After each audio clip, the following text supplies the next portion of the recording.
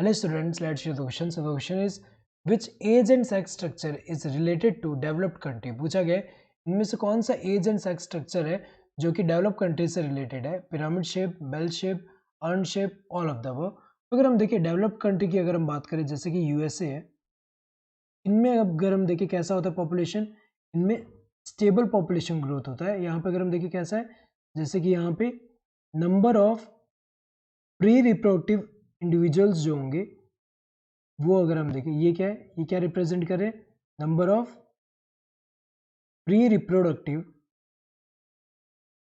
Individuals. और ये अगर हम देखें जो यहाँ पे रिप्रोडक्टिव इंडिविजुअल्स होंगे, यहाँ पे जो रिप्रोडक्टिव इंडिविजुअल्स है वो ऑलमोस्ट इक्वल है किसके, यहाँ पे प्री रिप्रोडक्टिव के। So number of reproductive individuals अगर हम देखें ऑलमोस्ट इक्वल है इसके।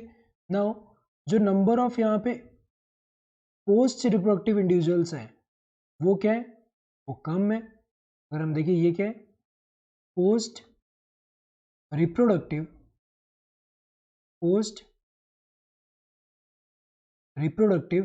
इंडिविजुअल्स, ये क्या है, कम है।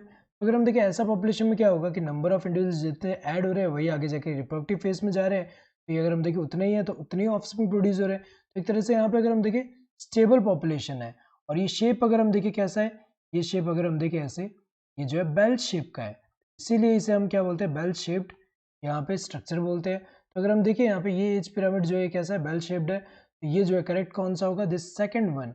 पिरामिड शेप नहीं, पिरामिड शेप में कैसा होता है, ऐसा होता है ट्रायंगुलर, और ऐसे में क्या होता है, ये एक्सपेंडिंग पॉपुलेशन के लिए होता है।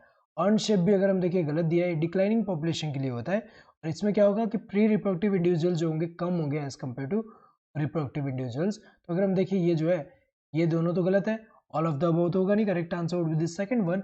Hope you understood the question, thank you and all the best.